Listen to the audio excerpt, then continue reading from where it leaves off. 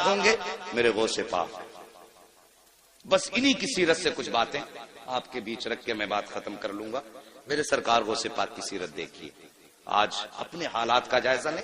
11ویں شریف کا لنگر ہوتا ہے, لڑ جاتے ہیں پلیٹوں کے چکر میں. میری تو نے پلیٹ ہی توڑ ڈالی. ہاں, بانٹنے والے کے کپڑے نوچ لیتے ہیں. ارے میں پکا 11ویں والا ہوں بھائی. یہ ہماری قوم کا مزاج ہے. حلوہ بنے تو سب سے آگے, زردہ بنے تو سب سے آگے. حلوے تو کھائے گا تو سیرت کون سیکھے گا, زردے تو کھائے گا تو سیرت کون سیکھے گا. ہاں میرے سرکار غوث پاک کا کردار دیکھو. اللہ اکبر. سرکار غوث پاک کے دور میں گویا تھا جس کی آواز بڑی اچھی تھی. اتنی اچھی آواز تھی کہ لوگ اس کو گانا سننے کے لیے بلایا کرتے تھے. وہ گانے گایا کرتا تھا. لیکن اب سنو اللہ والوں کے کام کیا ہوتے ہیں. سننا ذرا غور سے اس بات کو, شاید کہ اتر جائے تیرے دل میں میری بات. انہوں نے غوث پاک کے دور میں جب اس نے گانا شروع کیا نا, میرے غوث پاک فرماتے ہیں سن تیری بڑی اچھی آواز ہے, گانے نہ گایا کر, اس سے اللہ ناراض ہوتا ہے. کچھ اور نعت پڑھ لیا کر. وہ کہنے لگا یار دیکھو تو عبد القادر کو میری کمائی سے جلن ہوتا ہے, میری شہرت سے جلتے ہیں. اللہ اکبر. غوث پاک کو اور چوراہے پہ کھڑے ہو کے برائیاں کرنے لگا. آج بھی کچھ لوگ ہوتے ہیں نا, ان سے کہہ دو کہ صاحب یہ کام نہ کرو, تو کہتے ہیں نہیں جی تم تو میری برائی مجھ سے جلتے ہو, میری ترقی سے جلتے ہو. اللہ اکبر. ایسے ہی اس نے جواب دیا.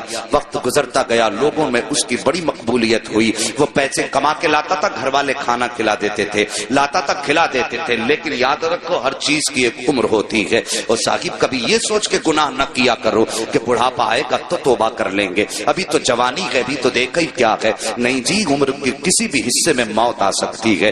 قسمت والے ہوتے ہیں جنہیں بڑھاپا ہاتھ آ جاتا ہے. اب تو دیکھا کہ سفید بالوں والے بستر پہ لیٹے رہتے ہیں اور جوان لوگوں کے جنازے گھروں سے ہم نے اٹھتے دیکھے ہیں. یار موت کی تیاری کر لو, موت کی تیاری کر لو. اللہ کے بندو موت کو دور نہ جانو. موت ہمارا پیچھا کر رہی ہے, ہم موت سے بھاگ رہے ہیں لیکن موت ہمارے پیچھے ہے, ایک دن آ کے ہمیں پکڑ لے گی. اللہ اکبر. سرکار وہ پاک فرماتے ہیں سن تو توبہ کر لے. اس نے کہا نہیں تم جلتے ہو میری ترقی سے. وقت بدلا, گلے میں اب اس کے بڑھاپے کے اثر آئے, آواز دبنے لگی. لوگوں نے اس کو بلانا شروع کر دیا. لوگوں نے جب اس کو بلانا شروع بند کر دیا, جب آواز ختم ہوئی لوگوں نے بلانا بند کیا. پیسہ ختم ہوا, گھر والوں نے کھانا کھلانا بند کیا. کچھ دن تک پیسہ رہا, گھر والے کھلاتے رہے. لیکن جب پیسہ بالکل ختم ہوا, گھر والوں نے اس کو کھانا دینا بند کر دیا. اپنوں نے منہ لگانا بند کر دیا. جب اپنوں نے منہ لگانا بند کر دیا, پھٹے کپڑے ہو گئے, میلا لباس ہو گیا, کوئی کھلاتا نہیں تھا, مکھیاں بدن پہ بھنکنے لگی, کوئی پاس نہیں بیٹھاتا تھا. جا کے قبرستان میں جا کے بیٹھ گیا. سوچنے لگا ایک دن یہیں پہ آنا ہے, ہو سکتا ہے کوئی مجھے کاندھا نہ دے. یہ سوچ کر کے قبرستان جا کر کے بیٹھا. دنیا مخالف ہے, کوئی کاندھا نہیں دے گا, مروں گا تو یہیں رہ جاؤں گا. لیکن اللہ اکبر, ایک دن اسی قبرستان کے پاس سے میرے سرکار غوث پاک کا گزر ہو جاتا ہے. اور وہ کریم ابن کریم جو ٹھہرے, وہ سخی ابن سخی جو ٹھہرے, اللہ اکبر, جیسی قبرستان کے پاس سے گزرے وہی لباس اس کا پرانا ہے, مکھیاں اس کے بدن پہ ہیں. میرے غوث نے قدم روک دیے, غور سے دیکھا, دیکھنے کے بعد پہچان گئے یار یہ تو وہی گویا ہے جو چوراہے پہ کھڑے ہو کر میری مخالفت کیا کرتا تھا, جو چوراہے پر کھڑے ہو کر کے میری برائی کیا کرتا تھا. آپ گئے, اپنے شاگرد کو بلایا. بلانے کے بعد آپ نے کچھ پیسوں کی تھیلی دی اور اپنے شاگرد کے ہاتھ میں دے کر کے کہا جاؤ قبرستان چلے جاؤ, وہاں پر ایک غریب بیٹھا ہوا ہے, اس کو جا کر کے یہ پیسہ روپیہ جا کر کے دے دو. اللہ اکبر. جیسی وہ لے کر کے چلا, غوث پاک فرماتے ہیں نام مت بتانا کس نے دیا ہے ورنہ وہ شرمندہ ہو جائے گا. آج اپنی زندگی کا آپ جائزہ لیجئے. اگر زکات بانٹتے ہیں تو کیمرے لگا کے بانٹا کرتے ہیں, خیرات تقسیم کرتے ہیں تو کیمرے لگا کے تقسیم کیا کرتے ہیں. یار ہم نے کوئی نیکی کی تو اللہ کو دکھانے کے لیے کی یا بندوں کو دکھانے کے لیے کی ہے؟ اگر دنیا کو دکھانے کے لیے کرتے ہو تو یہ نیکی تمہارے منہ پہ مار دی جائے گی. اگر اللہ کو دکھانے کے لیے کر رہے ہو تو پھر کسی کی پرواہ نہ کرو, کوئی دیکھے نہ دیکھے, بس یہ سوچا کرو کہ یا تو خدا دیکھے یا مدینے والا مصطفیٰ دیکھ لے. اور کسی کی غربت کا تماشا نہ اڑایا کرو. آج لائنیں لگتی ہیں, رمضان کا مہینہ آئے گا, خیرات بانٹیں گے دولت والے, اعلان کریں گے اس کی طرف سے کمبل بٹ رہے ہیں, وہ غریب جا کے بیٹھ جاتے ہیں. شرم نہیں آتی؟ انتظار کراتے ہو, آگے بڑھو, وقت بہت کم ہے. صاحب میں کہتا ہوں کوئی بھی کام کرنا ہو اللہ کی رضا کے لیے کیا کرو, ہمیں مرنا ہے. بس یہ یاد رکھو ہمیں حسنین کے نانا کو منہ دکھانا ہے، مولا علی کا بھی سامنا کرنا ہے، صاحب ان کا سامنا کرنا ہے، کس منہ سے سامنا کرنا یہ تجھے اور مجھے سوچنا پڑے گا۔ سرکار غوث پاک فرماتے ہیں جا کے اسے بتانا مت کس نے دیا ہے۔ یہ آیا مرید لے کر کے، آنے کے بعد قبرستان میں اسی غریب کے ہاتھ میں جا کے جب تھیلی رکھی نا، اس نے یوں چہرہ اٹھایا اور دیکھ کے آنکھوں میں آنسو آ گئے، کہنے لگا یار یہ تو بتا دے، پورے شہر کے اندر کسی نے مجھے منہ تک نہیں لگایا، کوئی مجھے ایک وقت کا کھانا دینے تیار نہیں ہے، یہ بتا یہ اتنا احسان کس نے کر دیا ہے؟ کون ہے اتنا مہربان جو مجھ سے اتنا پیار کرتا ہے؟ شاگرد کہتا ہے مجھے دینے کا حکم ہے، بتانے کا حکم نہیں دیا گیا ہے۔ یہ کہہ کے شاگرد جب چلنے لگا اس نے کہا ٹھہر مجھے پتا ہے۔ اللہ اکبر، جیسی وہ واپس آیا ہے وہ مرید شاگرد آ گیا، سرکار غوث پاک پڑھانے میں مصروف ہیں۔ جب واپس آیا تو آ کر کے وہی فقیر بھکاری دروازے پہ کھڑا ہو گیا۔ میرے غوث اپنی جگہ سے اٹھ کے کھڑے ہو گئے۔ ہاں یہ آئینہ ہے آج کے پیروں کے لیے جن کے پاس غریبوں سے ملنے کا ٹائم نہیں ہوتا ہے، ان پیروں کے لیے جو امیروں کے یہاں پہ صبح و شام گزارا کرتے ہیں، غریب دروازے پہ آئے تو اسے ٹائم دے کے ٹال دیا کرتے ہیں، تجھے جمعرات میں آنا، تجھے پیر میں آنا ہے، امیر آ جائے تو آئیے استقبال کیا جاتا ہے۔ یار شرم کرو، تم کتنے بھی بڑے پیر ہو جاؤ غوث پاک سے بڑے پیر نہیں ہو سکتے ہو۔ اخلاق دیکھو میرے غوث پاک کا، جیسے یہ غریب دروازے پر آیا ہے، آ کر کے میرے غوث نے دیکھا کھڑا ہے، اٹھ کے اپنی جگہ سے کھڑے ہو گئے اور فرماتے بتا اب بھی کچھ کمی رہ گئی ہے؟ اتنا سندا تھا، آنکھوں میں آنسو آئے، ہچکی بھر کے رونا شروع کر دیتا ہے۔ میرے غوث اپنی جگہ سے چلے ہیں، چلنے کے بعد اس کے پاس جا کے کھڑے ہو گئے۔ وہ کہتا ہے کہ سرکار میں تو یہ سوچ رہا تھا ساری زندگی میں نے آپ کی مخالفت چوراہوں پر کی ہے، ساری زندگی میں نے چوراہوں پہ کھڑے ہو کے آپ کی برائی کی ہے، میں یہ سمجھتا تھا میرا دشمن اگر یہاں پہ کوئی سب سے بڑا ہے تو وہ آپ ہیں، لیکن میں سمجھ نہیں پایا تھا آپ اتنے بڑے سخی ہو، اتنے بڑے کریم ہو کہ میں یہ سمجھ نہیں پا رہا ہوں کہ آپ نے میری اتنی بڑی بڑی خطائیں معاف کر دی ہیں۔ اتنا سننا تھا۔ میرے غوث مسکرا کے کہتے ہیں بتا اور بھی کچھ چاہیے؟ اس نے کہا سرکار مجھے یاد ہے ایک بار جوانی میں مجھ سے کہا تھا کہ توبہ کر لے خدا راضی ہو جائے گا، میں نے آپ کی نہیں مانی تھی، اب بس اتنا بتائیے کیا آج توبہ کروں گا تو کیا میرے گناہ معاف ہو جائیں گے؟ میرے غوث مسکراتے ہیں اور کہتے ہیں اللہ ہاتھ بڑھا دے، ہاتھ میں ہاتھ دے دے، صرف توبہ سے گناہ کی معاف نہیں ہوں گے بلکہ اللہ تجھے محبوب بھی بنا لے گا۔ اس نے اتنا سنا ہے، تڑپ کے کہتا ہے سرکار کیا اتنا بڑا کرم بھی ہو سکتا ہے؟ میرے غوث کہتے ہیں ہاتھ بڑھا دے، توبہ کرنا تیرا کام ہے اور تجھ کو ولی بنا دینا یہ عبد القادر جیلانی کا۔ نعرہ تکبیر، نعرہ رسالت، علماء اہل سنت، مسلک اعلی حضرت، جشن غوث الورا، نعرہ تکبیر، نعرہ رسالت۔ ہاں صاحب، انہوں نے تو رات دن کی برائی کرنے والوں کو معاف کر دیا۔ اب اپنے گریبان میں جھانک کے ذرا دیکھیے، اگر چوراہے پہ باپ بیٹے کو ڈانٹ دینا تو بیٹا کہتا ہے تم نے میری بے عزتی کر دی، اور پھر کئی دن تک باپ سے نہیں بولتا ہے۔ ہم نے تو بھائیوں کے بیچ ایسی دیواریں دیکھی ہیں یار، بھائی ہوتا ہے۔ اللہ کی قسم بھائی وہ نعمت ہے، جس دن یہ چلا جائے گا نا اس دن اس کی قدر معلوم ہوگی۔ اور تمہیں پتا کیا کہ بھائی کیا ہوتا ہے؟ اگر بھائی کی قدر جاننی ہے تو کوئی پوچھے میرے حسین سے کربلا کے میدان میں جب غازی عباس کی شہادت ہوئی تھی، میرے حسین نے یوں ہاتھ رکھ کے کہا تھا آج حسین کی کمر ٹوٹ گئی ہے اور تجھے بھائی کی طاقت کا اندازہ نہیں ہے۔ آج بھائی کے خلاف کھڑا ہوا ہے۔ صاحب کب تک لڑو گے، کب تک لڑتے رہو گے؟ ہم نے تو اپنوں کو معاف کرنا نہیں سیکھا، انہوں نے تو دشمنوں کو بھی سینے سے لگایا ہے۔ پھر کیسے کہتے ہو غوث کا دامن نہیں چھوڑیں گے؟ اللہ اکبر۔ ہم نے یہاں تک دیکھا ہے حضرت جی، یہاں تک دیکھا ہے کہ بھائیوں کے اختلاف اتنے بڑھ جاتے ہیں کہ گھر کے اندر فنکشن ہوتا، ایک بھائی کے گھر میں فنکشن ہے، دوسرا بھائی دروازہ بند کر کے بیٹھا ہے، بھائی کے بچے پوچھ کے کہتے ہیں ابا بتائیے کیا چچا ہمیں منانے کے لیے آئیں گے؟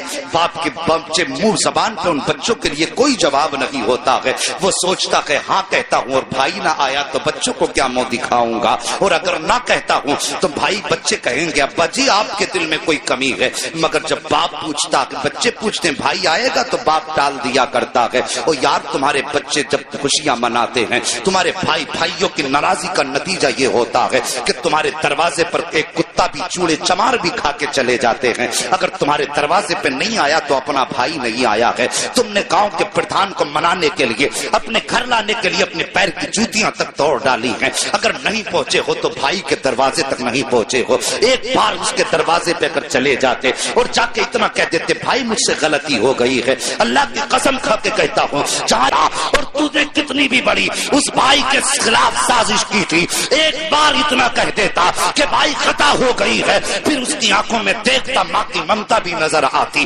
باپ کی شفقتیں بھی دکھائی دیتی, خاندان کی محبتیں بھی دکھائی دیتی, اور خون کا ابال بھی دکھائی دیتا. وہ کہتا یار چھوڑ دے, جب تو دروازے پہ آ گیا ہے میں نے تجھے معاف کر دیا ہے, تم مجھے معاف کر دے. جب تمہاری یہ ملاقات ہوتی تم مدینے سے صدا آتی, اور دونوں بھائی ہو ایک دوسرے کو معاف کر کے تم نے مجھے خوش کر دیا ہے. جب یہ مدینے والا کہتا تو رب فرما دیتا جب تم نے مصطفیٰ کو خوش کر دیا کہ میں نے تم کو معافی کا پروانہ عطا فرما دیا. ہاں ہمیں تو جنت بھی اگر چاہیے. یا رسول اللہ زندہ آباد, ہمیں تو زندہ آباد, زندہ آباد. ہمیں تو جنت بھی وہ چاہیے جو مولوی 100 روپے لے کے جنت بانٹ کے چلا جائے. جنت کیا مولوی کے باپ کی ہے؟ مجھے نہیں آتا یہ کہنا کہ ایک رات جلسہ کرا تو جنتی ہو جاؤ گے. ہاں ہاں وہ بات اپنی جگہ صحیح ہے, کوئی ایک نیکی اگر کام آ گئی تو بخشش کے لیے کافی ہو جائے, لیکن ٹھیکہ نہیں, گارنٹی نہیں. یہ بات یاد رکھنا کہ زندگی میں ایک جلسہ ہو اس میں آ کے سن لی اور پورے سال خرافاتیں کرتے رہے, پھر ایسے جلسوں کا نتیجہ کیا؟ آج آ کے بیٹھے کچھ حاصل کر کے جاؤ. میرے غوث نے تو دشمن کو بھی معاف کر دیا, پھر ہم اپنے بھائی کو معاف کرنے کی ہمت کیوں نہیں رکھتے؟ اور سوچو ذرا, دل پہ ہاتھ رکھ کے سوچو, جب میرے نبی کے پتھر مارے نا ظالموں نے تو صحابہ کہتے تھے آقا اب تو پانی سر سے اوپر ہو گیا ہے, اب بد دعا کر ہی دیجئے. نبوت والے ہاتھ اٹھے, صحابہ کہتے ہیں ہم سوچنے لگے, ہم آقا کے چہرے پہ نگاہیں جم گئیں, آج نبی بد دعا کریں گے وہ کفر ہمیشہ کے لیے ختم ہو جائے. صحابہ فرماتے ہم نے دیکھا نبوت والے وہ ہونٹ ہلے جن کے بارے میں میرے امام نے مسکرا کے کہا پتلی پتلی گلے قدس کی پتیاں, ان لبوں کی نزاکت پہ لاکھوں سلام. صحابہ فرماتے جب وہ ہونٹ کھلے نا ہم حیرت میں رہ گئے. نبی نے بد دعا نہیں کی بلکہ جملہ نکلا, اللہ یہ مجھے پہچانتے نہیں تو ان کو میری پہچان عطا فرما دے. اللہ اکبر. یہ دیکھو یہ نبی ہیں, ہم نے اس نبی کا کلمہ پڑھا ہے جس نے دشمن کو سینے سے لگایا, اور پھر ہم کس کھیت کی مولی ہیں؟ میرے نبی نے یہی تو دین دیا تھا, معاف کرنے والا بدلہ لینے والے سے زیادہ طاقتور ہوتا ہے. اگر تم سے کسی کا دل ٹوٹا ہے تو یار اپنی انا مٹی میں ملا دو, بس صرف مصطفیٰ کی رضا کے لیے. میں کچھ نہیں کہتا تم سے, صرف مصطفیٰ کی رضا کے لیے. اور صبح کو جا کے دروازہ کھٹکھٹا دو. اگر وہ یہ بھی کہے ذلیل تجھے شرم نہیں آئی, اتنا بےغیرت پھر بھی چلایا دروازے پہ, تو منہ نہ بگاڑنا, مسکرا کے کہنا یار میں تیرے لیے نہیں آیا, میں تو مدینے والے مصطفیٰ کے لیے آیا. اتنا کہہ کے اپنی انا مٹی میں ملا دو. حضرت علی فرماتے ہیں اگر کسی بڑے کا ادب کرنے میں یا انکساری میں کسی کی عزت کم ہو جائے تو حضرت علی فرماتے ہیں وہ قیامت میں میرا دامن پکڑ لے. جھکنے والوں کو اللہ عزتیں کم نہیں کرتا بلکہ جھکنے والوں کو اللہ عزتیں زیادہ عطا فرماتا ہے. بات سمجھ رہے میری؟ ہم میں تو دیواریں بڑی اونچی اونچی ہو گئی. ایک بھیا اگر بن گیا نا کوئی ادھیکاری اور دوسرا بیچارہ ٹھیلا لگا کے بچے پالتا ہے تو ان کے بیچ بڑا فرق ہو گیا. وہ سوچ یار تجھے اللہ نے اگر ادھیکاری بنا دیا, تیری 60,000 یا 90,000 تنخواہ ہے, تو سوچ وہی خدا اگر چاہتا تو تجھے ٹھیلے پہ لگا دیتا, اور جسے ٹھیلے پہ لگایا اسے اس پوسٹ پہ بیٹھا دیتا. پھر بتا تیرا کیا ہے اس میں؟ اللہ نے زندگی دی, اگر امیر بھی ہو نا تو غریبوں کو نبھا کے چلو. میرے غوث پاک رضی اللہ تعالیٰ حج کے سفر کے لیے روانہ ہوئے. شور ہو گیا پورے بغداد میں, سرکار غوث پاک حج کے لیے جا رہے ہیں. آپ دیکھیے حضور حسن میاں آئے, خبر ہو جایا حسن میاں آ رہے ہیں, کتنی بھیڑ لگ جاتی ہے کہ نہیں لگتی کہ نہیں لگتی؟ بہت بھیڑ لگتی.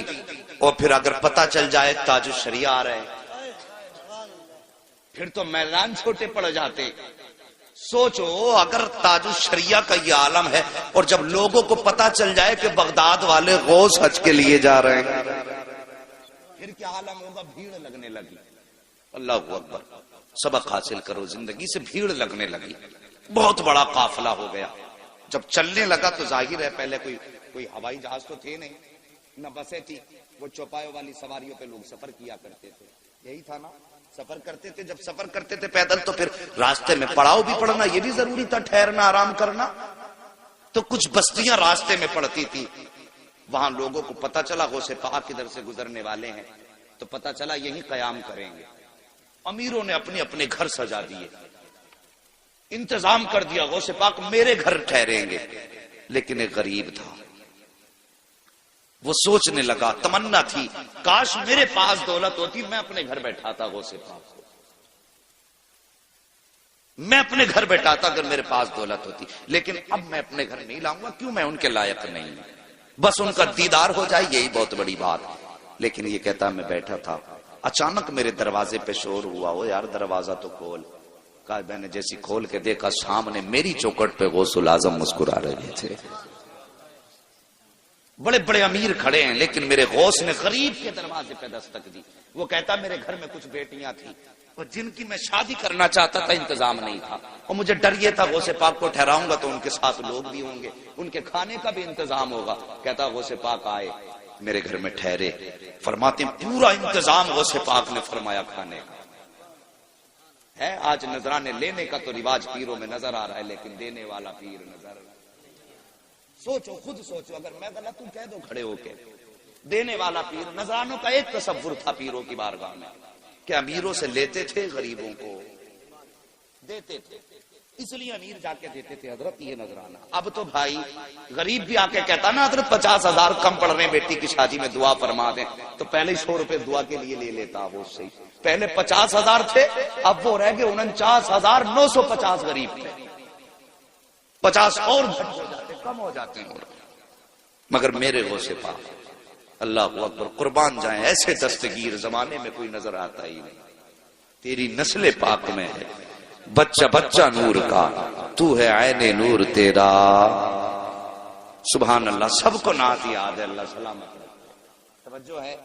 کہتا ہے میرے غوث پاک میرے گھر پہ ٹھہرے انتظام کیا کھانے کا. اور پھر وہ کہتا ہے لوگ آئے نا نذرانہ دینے لگے. حضرت نذرانہ دینے لگے. کہنے لگا انتظام سارا غوث پاک کا تھا لیکن میری بستی میں میرا چرچا ہو گیا. لو اس نے غوث پاک کے سارے ساتھیوں کے کھانے کا انتظام کیا. کہنے لگا دیکھو کام ان کا تھا نام میرا ہو گیا. اللہ اکبر. کہتا ہے جب سارے لوگ کھا چکے رات گزاری صبح چلنے لگے میرے غوث نے مجھے بلایا اور بلا کے فرمایا ذرا قریب آ اور سینے سے لگا کے کان میں کہنے لگے بیٹیاں جوان ہیں انتظام نہیں ہے شادی کا. تب بس اتنا کہا تھا غوث پاک پہ جتنا بھی نذرانہ مریدوں نے دیا تھا وہ سب اٹھا کے میری گود میں ڈالا اور فرمایا جا جا بچیوں کا انتظام فرما دے. وہ کہتا ہے بظاہر تو تھوڑا تھا لیکن اللہ نے اتنی برکتیں دی کہ میری بچیوں کی بھی شادی ہو گئی اور نسلوں کے گزارے بھی ہونے لگے. اللہ اکبر. کون دیتا ہے دینے کو منہ چاہیے دینے والا ہے سچا. ہمارا نبی غریبوں سے پیار کرو یہ میرے نبی کا فرمان ہے. اور یہ میرے غوث کی زندگی کا ایک بات آخری نبی کی بیان کر کے بات ختم کر لوں. ابھی برداشت کریں گے تھوڑے سے. اللہ سلامت رکھ کے سارے بول دو یا رسول اللہ. ہے جی اتنی کنجوسی سے نہیں. اب نبی کے صدقے میں ہاتھ ملے تو اٹھائی دیجئے. میں نے اب تک کسی سے سبحان اللہ کہلوایا تھکایا آپ کو. بس چاہتا تھا ذہن منتشر نہ ہو دل میں بات اترے. لیکن اب ذرا بیداری دکھائیے اور بولیے یا رسول اللہ.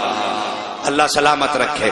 بس توجہ کیجئے میرے نبی نے غریب پروری کیسی فرمائی. توجہ کرنا بس 10 منٹ رہ گئے. خیریت ہیں پیچھے والے لوگ؟ ٹھنڈی ہوا تو نہیں لگ رہی ہے؟ کوئی بات نہیں یہاں ٹھنڈی برداشت کر لو. قیامت میں گرمی سے غوث پاک بچا لیں گے انشاءاللہ. توجہ ہے. میرے نبی اللہ اکبر اتنا غریب پرور قربان جاؤں. ہمیں تو دولت پہ بو ہے گھمنڈ دولت کا. کیا کرنا ہے یار. آج آنکھیں کھلی ہیں تو سب ہمارا ہے. جس دن بند ہو گئی سب پر آیا ہے. اس پہ نہیں اترانا چاہیے، اس پہ نہیں اترانا چاہیے. واصف علی واصف ایک بڑا مشہور شخص گزرا ہے، انہوں نے اسکول بنایا، اسکول انٹر کالج جو بھی بنایا، لوگ اس بڑا نرم دل تھا. اس کی بات بہت اس نے اہم بات کہی تھی. اس نے لوگوں نے اس کے پاس آتے ایڈمیشن کرانے کے لیے، تو لوگ کہتے کہ صاحب غریب ہیں فیس نہیں دے پائیں گے، تو کہتا تھا چلو معاف کر دیں. اس کی بات بہت اس نے اہم بات کہی تھی. اس نے لوگوں نے اس کے پاس آتے ایڈمیشن کرانے کے لیے، تو لوگ کہتے کہ صاحب غریب ہیں فیس نہیں دے پائیں گے، تو کہتا تھا چلو معاف کر دیں. کوئی آ کے کہتا غریب ہے فیس نہیں دے پائیں گے، تو لوگ کہتے تھے پھر کہتا معاف کر دی. جو اس کا پرنسپل تھا اس نے کہا سر اگر ایسے ہی معاف کرتے رہیں گے تو دھندا کیسے چلے گا؟ اس ٹائم تو کمائی کا سب سے اچھا سسٹم ہے، اسپتال بنا لو یا کالج بنا لو. سب سے تیز امیر ہونے والا سسٹم، کالج بنا لو یا اسپتال بنا لو، کوئی فیس نہیں. کتنا لے لیں کتنا دے دیں کچھ پتا نہیں. توجہ ہے؟ ہاں برا مت ماننا اگر کسی کا اسکول ہو تو نصیحت حاصل کرنا. واصف علی واصف سے پرنسپل نے کہا کہ اگر سر ایسی معاف کرتے رہے تو دھندا کیسے چلے گا؟ اس نے کہا یہ اسکول میں نے پیسہ کمانے کے لیے نہیں بنایا. کہا پھر؟ کہا میں نے یہ جو لوگ بھیجے ہیں فری کیے ہیں اس لیے نہیں کہ یہ لوگ میرے اسکول کو پیسہ دیں، بلکہ اس نے کہا تھا میں اس لیے فیس معاف کر رہا ہوں تاکہ یہ لوگ میرے جنازے میں شامل ہو جائیں. یاد رکھنا اس بات، بہت بڑی بات اس نے کہی تھی. یہ میں اپنے جنازے کی بھیڑ بڑھا رہا ہوں، کوئی مہربانی نہیں کر رہا ہوں، جنازے کی بھیڑ بڑھا رہا ہوں. پتا چلا اچھے عمل کرو گے تو بھیڑ اچھی ہوگی. لیکن یہ بھی ہوتا ہے پدھان مرے تھے، کتا مرا پدھان کا تو پورا گاؤں تھا، پدھان مرے تو آدھا بھی گاؤں نہیں تھا، اس لیے کہ وہاں تو پدھان کو منہ دکھانے گئے تھے. اب جب پدھان ہی مر گئے تو پھر کسے منہ دکھانے جاتے؟ سمجھ رہے نا میری بات؟ یہ محاورہ ہے، اگر کوئی برادری یہاں پدھانوں کی ہو تو برا مت ماننا کہ مولوی ہمیں کہہ گیا ہے جی. بس سمجھانا چاہتا ہوں کہ جب تک آنکھیں کھلی ہیں تب تک ہمارا ہے، آنکھیں بند ہوئی تو سب پر آیا، سب پر آیا. آؤ رب کے قریب ہو جاؤ، اپنے مصطفیٰ کے قریب ہو جاؤ. یہ زندگی کا سب سے اہم مشغلہ ہے کہ ہم مصطفیٰ کے قریب ہو جائیں. ہم تو غریب رشتہ داروں کو اپنانے سے انکار کر دیتے. اگر کہا جائے کہ یار تجھے اللہ نے اتنی دولت دی ہے، تیری بہن غریب ہے، اسی کی بیٹی لے آ گھر میں مدد کر دے اس کی، تو کہتا ہے کہ یار مدد کر تو دی، 4 لاکھ دے رہا ہوں. اور ظالم تیرے 4 لاکھ سے کیا مدد ہو جائے گی؟ اللہ نے تجھے دولت دی ہے، چلا جا بہن کے دروازے پہ جھولی پھیلا کے کہہ دے بہن اپنی بیٹی میری جھولی میں ڈال دے. اللہ کی قسم کھا کے کہتا ہوں خالی ہاتھ بہن کی بیٹی بھی آ کے لائے گا. میں یہ نہیں جانتا دنیا کیا کہے گی، تیرے برادری والے کیا کہیں گے، گاؤں والے کیا کہیں گے، یہ کچھ بھی کہیں، لیکن خدا کی قسم تو گھر بعد میں آئے گا، مدینے والے کا سلام تیرے نام پہلے آ چکا ہے. یہ کیا کرو. ہم تو غریبوں کو اپناتے ہی نہیں. فتح مکہ ہوا، میرے نبی مکہ شریف میں تشریف لائے. توجہ ہے؟ مکہ میں تشریف لائے. حضرت ام ہانی میرے نبی کی چچا زاد بہن، حضرت علی کی سگی بہن، حضرت ام سارے بولو ام ہانی، جن کے گھر سے نبی معراج میں گئے. آقا کریم ہجرت سے پہلے انہی کے گھر آ کے بستر پہ لیٹ جایا کرتے تھے. پسینہ آتا تھا نا تو حضرت ام ہانی بوتل میں بھرتی تھی، شیشیوں میں. بچے کہتے تھے امی کیا کر رہی ہو؟ بچے کہتے تھے پوچھا کرتے تھے کیا ہے یہ؟ کہا مصطفیٰ کے بدن کی خوشبو اکٹھا کر رہے ہیں. اللہ اکبر. ان کے ہاں مصطفیٰ بیٹھا کرتے تھے. ہجرت کر گئے، شوہر نے چھوڑ دیا، یہ مکے میں رہ گئی. میرے نبی ہجرت کر کے مدینہ چلے گئے. فتح مکہ ہوا. ہزاروں کی تعداد میں آج لشکر مصطفیٰ کے ساتھ. جب مکے میں سرکار داخل ہوئے نا تو سر اتنا جھکا تھا کہ آپ کی پیشانی اونٹ کی کوہان پر لگ گئی. اتنا سر جھکا تھا. ہمیں تو گھمنڈ اتنا آ جاتا ہے، ذرا سی ممبریا کیا بن گئی، پوری دنیا کو سر پہ لیے گھوم رہے. ہاں پوری دنیا کا بادشاہ میرا نبی ہے، پوری کائنات کا مالک میرا نبی ہے. اور فتح مکہ ہوا کہ ہزاروں کا لشکر پیچھے ہے. ام ہانی کے بچے توڑ کے آئے. ماں آج وہ آیا ہے جس کے تو قصے سناتی ہے. ماں آج وہ آیا ہے جس کے تو چہرے کی تعریف کرتے نہیں تھکتی ہے. ماں آج وہ مکے میں آیا ہے جسے تو بھائی کہتی ہے. اتنا حضرت ام ہانی نے سنا. کہا کیا تو سچ کہہ رہا ہے؟ کہا ہاں ماں، میں نے دیکھا ہے وہی نورانی چہرہ ہے جو ادائیں تو نے بتائی ہیں. زلفیں بھی ویسی ہیں، آنکھیں بھی اتنی حسین جتنی تو نے بتائی ہیں. اے ماں اتنا پتا آج وہ بڑی شان کے ساتھ واپس آیا ہے.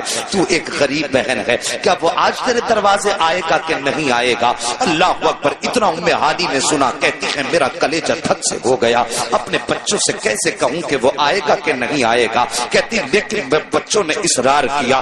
میں نے دل کو سنبھال کے کہا ہاں بیٹے وہ ضرور آئے گا. کہتی میں نے بچوں سے کہہ تو دیا تھا لیکن میرے دل میں دھک دھک تھی، کہیں ایسا نہ ہو وہ نہ آئے تو بچوں کو کیا جواب دوں گی. ام ہانی کہتی ابھی اسی شش و پنج میں تھی کہ بچے کہہ رہے تھے ماں وہ کب آئیں گے، ماں وہ کب آئیں گے. کہا فرماتی ہے اچانک میرے دروازے پہ دستک ہوئی. میں نے پوچھا کون؟ کہا محمد الرسول اللہ آیا ہے. اللہ اکبر. اتنا سنا. حضرت ام ہانی کہتی ہیں میں تو دروازے پہ بعد میں گئی، بچوں نے چھلانگ لگائی، مجھ سے پہلے دروازے پہ تھے. جیسی دروازہ کھولا تو سامنے وہی چہرہ تھا جس کی تعریف قرآن بیان کر رہا ہے. سامنے وہی چہرہ تھا جس کو دیکھ کر کے پتھر کلمہ پڑھنے لگ جاتے ہیں. اللہ اکبر. ام ہانی کہتی ہیں میں نے سرکار کا چہرہ دیکھا، سرکار تشریف لائے ہیں. تمہیں کیا لگتا ہے کہ مکے میں امیر نہ تھے؟ بڑے بڑے دولت والے تھے، بڑے بڑے امیر مکے میں موجود تھے، لیکن میرے نبی سب سے پہلے غریب بہن کی دہلیز پہ آئے ہیں.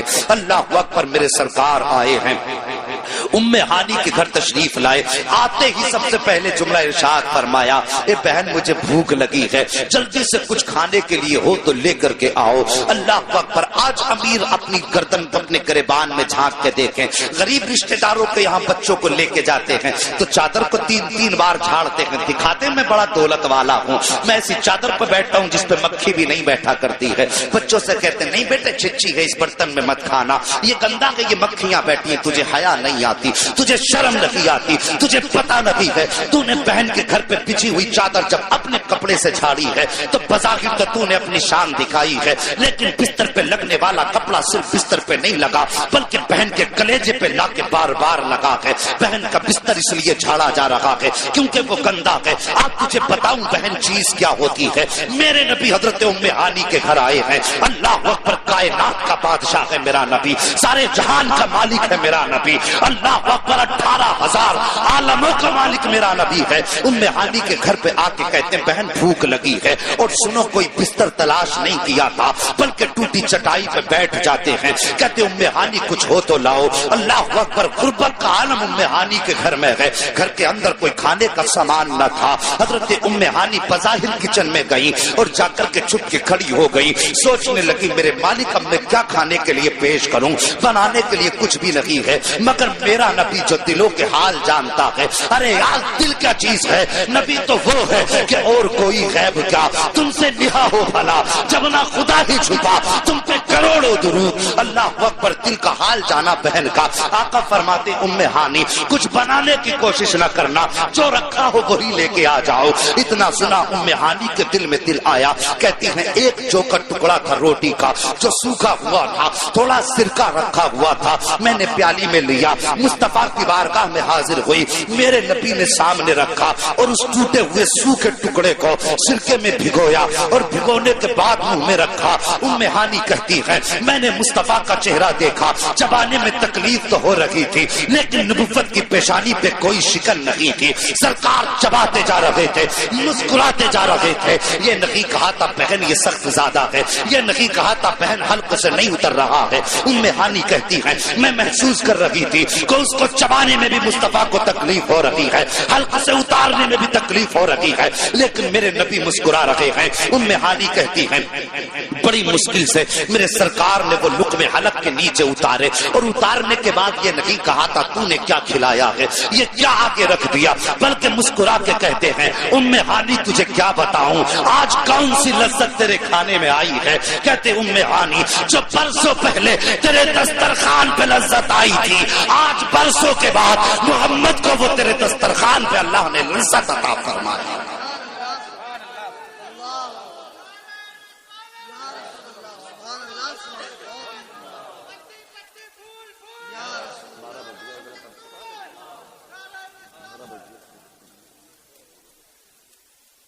وہ لوگوں،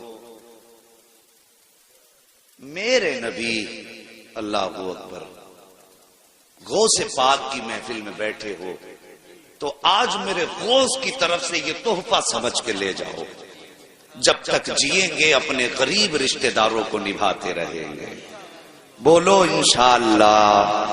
اپنے بھائیوں سے جو ناراضیاں ہیں انہیں ختم کریں گے، اپنی انا بھول کے مصطفیٰ کی رضا کے لیے انہیں معاف کریں گے انشاءاللہ۔ سارے بولو انشاءاللہ۔ اگر اتنا کر لیا تو میں سمجھوں گا میرا آنا قبول، تمہارا برانا قبول ہے، ورنہ کچھ بھی نہیں، ثواب تو ذکر کا مل ہی جائے گا۔